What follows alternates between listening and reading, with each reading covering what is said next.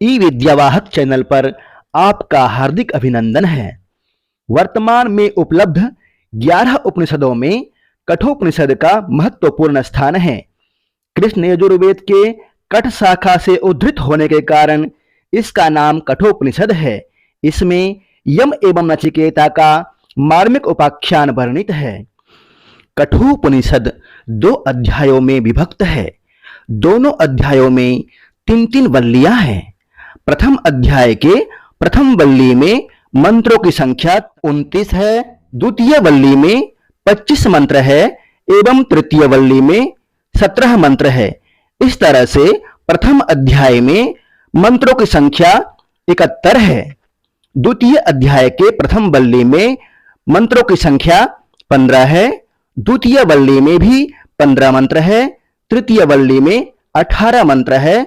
इस तरह से द्वितीय अध्याय में मंत्रों की संख्या 48 है।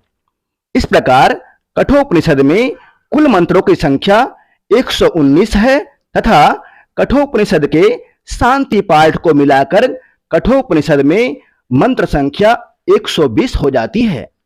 कठोपनिषद का शांति पाठ। ओम सहना अवतु सहनो भुनक्तु सह वीर्यं करवावहै तेजस्विनावधीतमस्तु मा विद्विषावहै। ओम शांति शांति शांति। इस उपनिषद में यम नचिकेता का प्रसिद्ध उपाख्यान वर्णित है। नचिकेता ऋषि उद्दालक का पुत्र था। उद्दालक का अन्य नाम आरुणि, वाजस्रवस, गौतम एवं द्वयामुष्यायन भी मिलता है। वाजस्रवस वाजस्रवा के पुत्र थे, इसलिए वाजस्रवस कहलाए। वाजस्रवा का अर्थ है जिसने वाज अर्थात अन्न का दान करने से श्रव अर्थात यश को प्राप्त कर लिया है, उसे वाजस्रवा कहते हैं।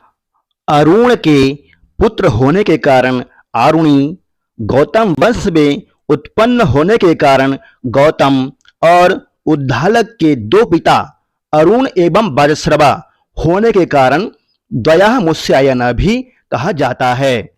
वाजस्रवस ने विश्वजित नामक यज्ञ किया था। विश्वजित यज्ञ को ही सर्ववेदस और सर्वमेध यज्ञ कहा जाता है। प्रथम मंत्र है ओम उषन् हवै वाजस्रवस सर्ववेदसं ददौ तस्य नचिकेता नाम पुत्र आश। उद्दालक ऋषि अपने पुत्र मोह के कारण यज्ञ में वैसी गायों को भी दान करने लग गया जो देय नहीं थी, जैसे पीतोः दकः दग्धतृणाः दुग्धदोहा निरिन्द्रियाः अनन्दा नाम ते लोकाः गच्छति ताददत्। नचिकेता विचार करता है कि जो गायें पानी पीने में असमर्थ हैं, जो खाना खाने में असमर्थ हो चुकी हैं, जो दूध नहीं दे सकती हैं और जिनमें प्रजनन शक्ति भी शेष नहीं बची है, ऐसी गायों को दान करने से व्यक्ति अनंदा नामक लोक में जाता है, जिसे नरक लोक कहा गया है। इस दृश्य को देखकर नचिकेता विचार करता है कि इस तरह के अभेय दान से तो मेरे पिता नरक लोक में चले जाएंगे। पुत्र का यह परम धर्म है कि अपने पिता को नरक जाने से बचाएं। शास्त्र भी कहता है पुण्नाम नरकम तस्मात् त्रायतेति पुत्रः। अतः अपने पिता उद्दालक से कहता है कि आप मुझे किसको दे रहे हैं।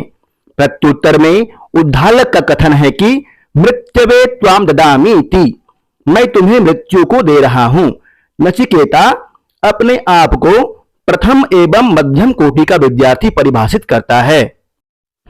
कठोपनिषद में नचिकेता कहता है कि सस्यमेव मर्त्यः पच्यते सस्यमेव जायते पुनः, अर्थात मनुष्य खेती की तरह ही जन्म लेकर जीवन धारण करता है, उसके बाद मृत्यु को प्राप्त कर जाता है।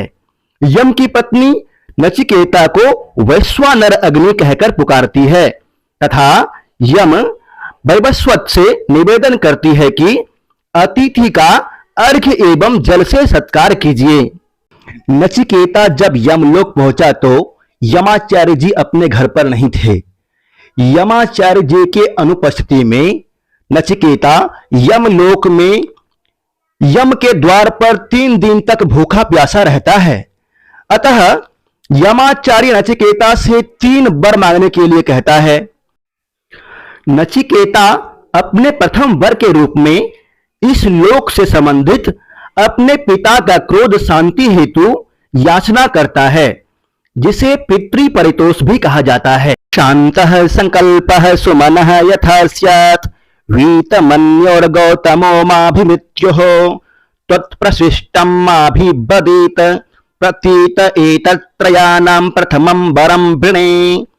हे यमाचार्य, आप मुझे प्रथम वर के रूप में यह वर दीजिए कि जिससे मेरे पिता वाजस्रवस मेरे प्रति शांत संकल्प, प्रसन्नचित और क्रोध रहित हो जाएं।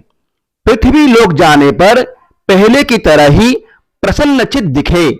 द्वितीय वर के रूप में नचिकेता स्वर्ग का साधनभूत अग्नि विद्या के विषय में अपनी जिज्ञासा प्रकट करता है, जिससे किसी तरह का भय शेष नहीं रहता है। स्वर्ग लोकः अमृतत्वं भजन्त एतद्द्वितीयेन वृणे वरेण। नचिकेता की विलक्षण प्रतिभा देखकर यम ने प्रसन्न होकर इस अग्नि विद्या को नचिकेता के नाम से ही प्रसिद्ध होने का वरदान दिया और अनेक रूपों वाली श्रृंखला माला प्रदान की, जिसका अर्थ होता है अकुच्छित कर्ममय गति। नचिकेता का तृतीय वर के रूप में नचिकेता ने मनुष्य की मृत्यु के बाद की आत्मा के अस्तित्व के विषय में अपनी जिज्ञासा प्रकट की है।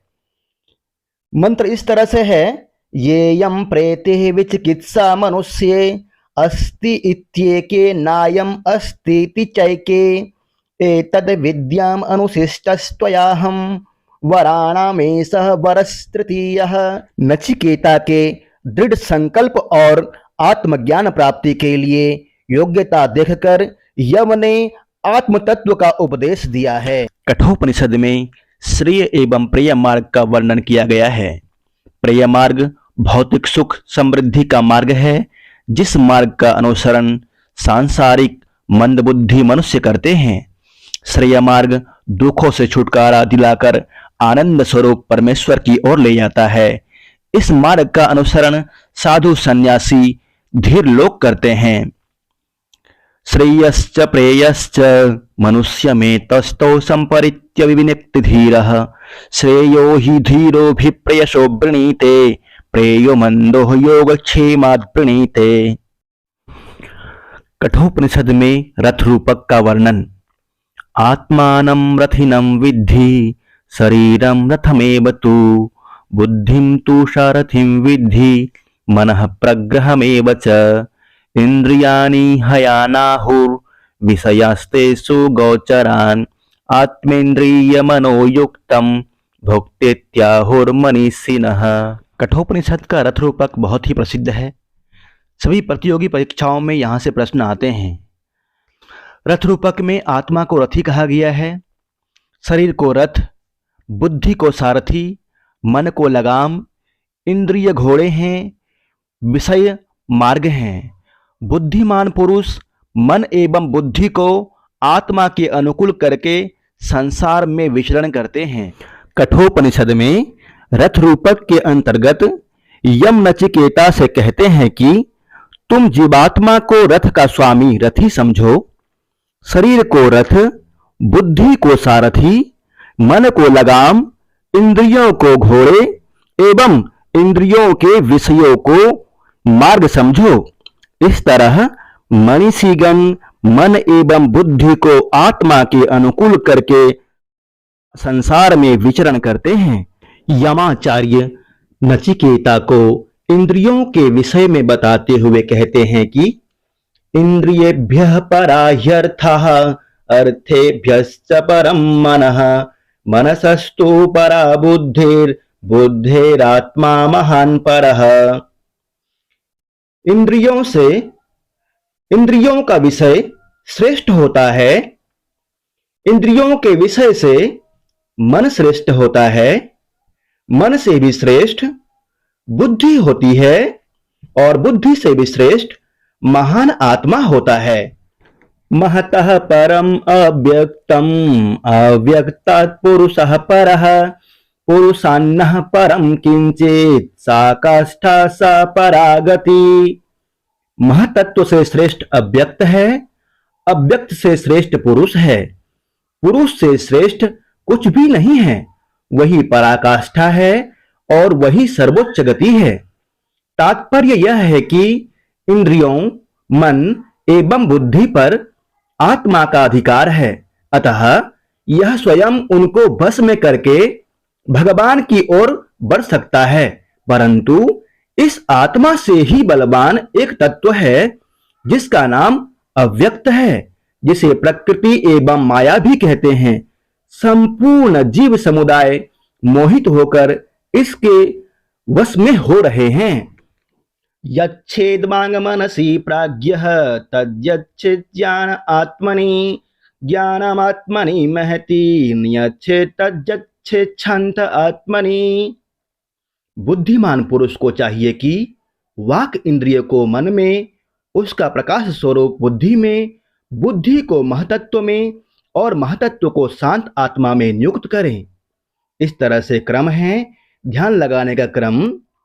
इंद्रिय, मन, बुद्धि, महतत्व, अंतिम में आत्मा पे ध्यान लगाकर व्यक्ति परम पिता परमात्मा को प्राप्त कर सकता है। कठोपनिषद प्रथम अध्याय तृतीय वल्ली का अगला मंत्र है उत्तिष्ठतः जाग्रतः प्राप्य वरान् निबोधत क्षूरस्य धारा निशिता दुरत्यया दुर्गम पथस्तत्कवयो वदन्ति। प्रस्तुत मंत्र बहुत ही प्रसिद्ध है। स्वामी विवेकानंद जी का ध्येय वाक्य है। इस मंत्र में कहा गया है कि श्रुति उन अविद्याग्रस्त मनुष्यों को सावधान करती हुई कहती है, उठो, अज्ञान निद्रा से जागो और श्रेष्ठ पुरुषों के समीप जाकर ज्ञान प्राप्त करो। जिस प्रकार छुरे की धार तीक्ष्ण और दुस्तर होती है, तत्वज्ञानी लोग उस मार्ग को वैसा ही दुर्गम बतलाते हैं। अशब्दम अस्पर्शम आरूपम अव्ययम तथा अरसम नित्यम अगंधवच्चयत अनाद्यनंतम महतः परम ध्रुवम निचाय्य तन्मृत्युमुखात् प्रमुच्यते। जो अशब्द, अस्पर्श, अरूप, अव्यय तथा रसहीन, नित्य, गंधरहित, अनादि, अनंत, महतत्व से भी श्रेष्ठ और ध्रुव है, उस आत्म तत्व को जानकर पुरुष मृत्यु के मुख से छूट जाता है। ई विद्यावाहक चैनल देखने के लिए आपका धन्यवाद। मुझे पूर्ण विश्वास है कि यह जानकारी आपको अच्छा लगा होगा। चैनल को लाइक करें, सब्सक्राइब करें एवं अन्य साथियों के साथ में शेयर करें।